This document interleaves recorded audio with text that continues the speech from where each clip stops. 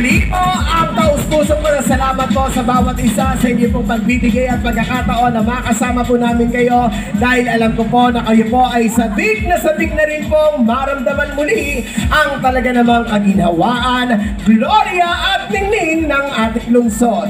Kaya po mga minamahal po namin taga Distrito 5, samahan po natin ang tambalang muling magbibigay ng Gloria at ningning sa ating lungsod. Samahan po natin hanggang Mayo 12 para sa isang maunlad na lungsod ng Maynila.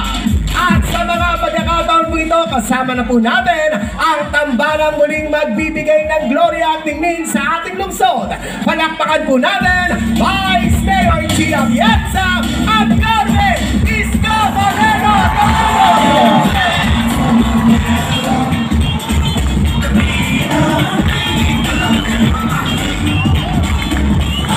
Muli po mga minamahal po namin taga Distrito 5, Yorme Isko Moreno Domagroso at Vice Mayor Gia Atienza.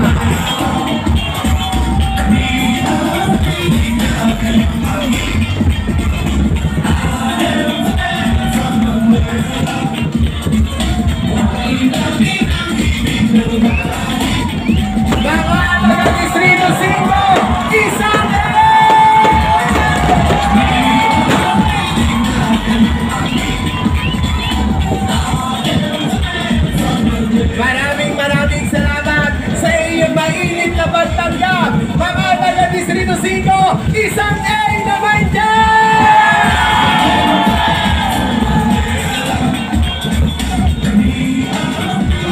Maraming salamat po at sa ating pong pagpapatuloy. Bago ko po ibigay sa inyo ang ating susunod na tagapagsalita, muli po, sabay-sabay po nating panoorin to.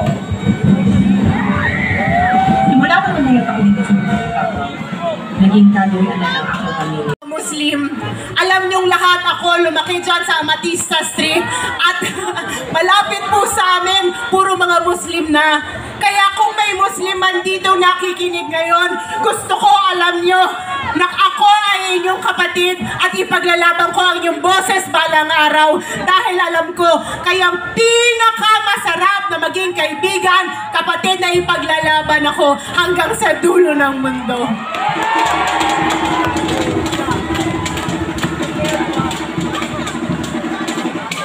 Tumatayo rin ako para sa ating mga kababayan na may kapansanan. Mahirap mabuhay ng may kapansanan. Kaya dapat sensitibo ang gobyerno sa pangangailangan nyo. Makakaasa kayo sa administrasyon namin ni Yorme balang araw. Maririnig na namin ang inyong hinaing at hindi na rin kayo mag-iisa. Panghuli, ako po ay tumatayo dito para sa mga LGBTQ+ community. Narinig ko,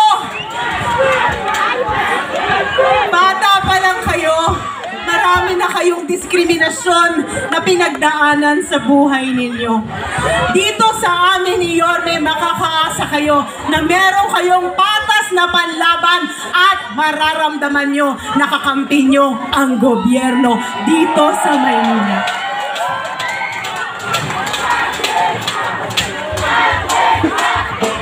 Noong isang araw, nag-motorcade kami ni Yorme dito sa 5 Distrito. At narinig namin ang sigaw ninyo. Ano nga po yun? Parang mas malakas nung kami nag-motorcade. Anong sigaw nyo nun?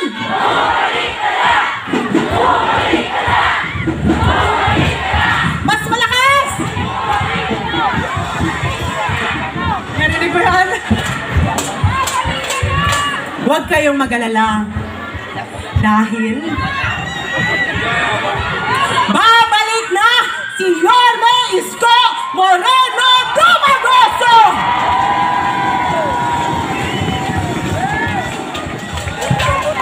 Ngunit, sana isama nyo rin ang inyong kapitbahay na si Gia Atienza.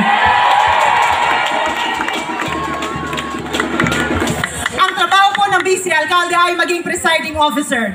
maging ina ng konseho, gumawa ng mga programa at polisiya na dapat angkop sa pangangailangan ninyo.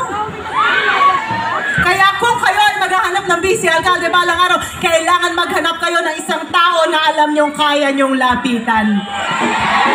At alam ko na alam nyo sa mga puso nyo na kayang-kaya nyo kong lapitan dahil ako mismo ang bumababa sa inyong mga barangay.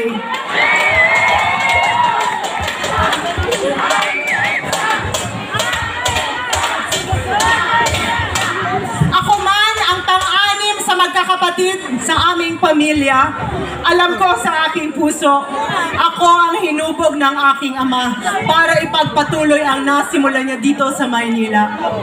Siya po ay naging isang vice mayor na nakakuha ng 2 termino. At nung mga panahon na yon, tinuruan po niya ako kung paano maging isang magaling na vice mayor. Kaya, makakaasa kayo. District 5, hindi kayo mapapahiya na ako ay tumatayo ngayon bilang vice alkalde ni Yorme Isko Moreno Dumagoso!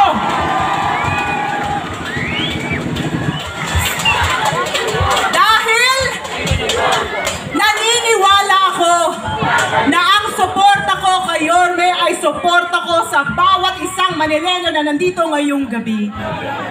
At alam nyo, nung nag-uusap kami ni Yorme kung ano ang gagawin namin balang araw, ang sabi niya, gusto niya mag-focus kami sa minimum basic needs.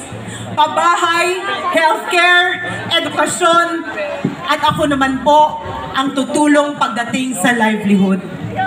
Dahil bilang direktora ng kababaihan ng Maynila, for 40 years, isinusulong po natin ang livelihood training sa mga Manileñong gustong matutong tumayo sa kanilang mga paa. Kaya huwag kayong mag-alala. Dahil balang araw, marami ng maliliit na negosyong mag-uusbungan na siyang tutulong sa inyo na makatayo sa inyong mga paa.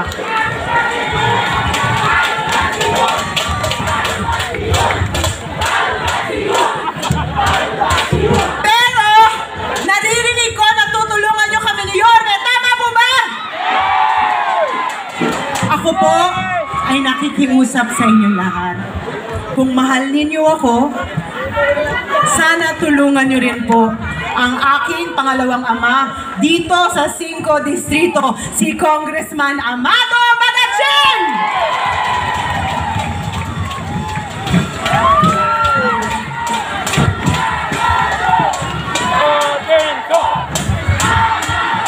At huwag niyong kalilimutan ang mga konsehal under Yorme's choice. Sana isama niyo rin po sila.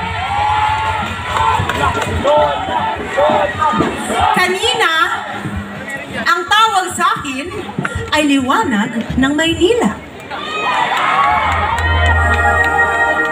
Ngunit, sa totoo lang, ang gagawin ko, ibabalik ko lang ang pag-asa sa inyong mga puso na meron ng isang gobyerno na paparating na alam nyo,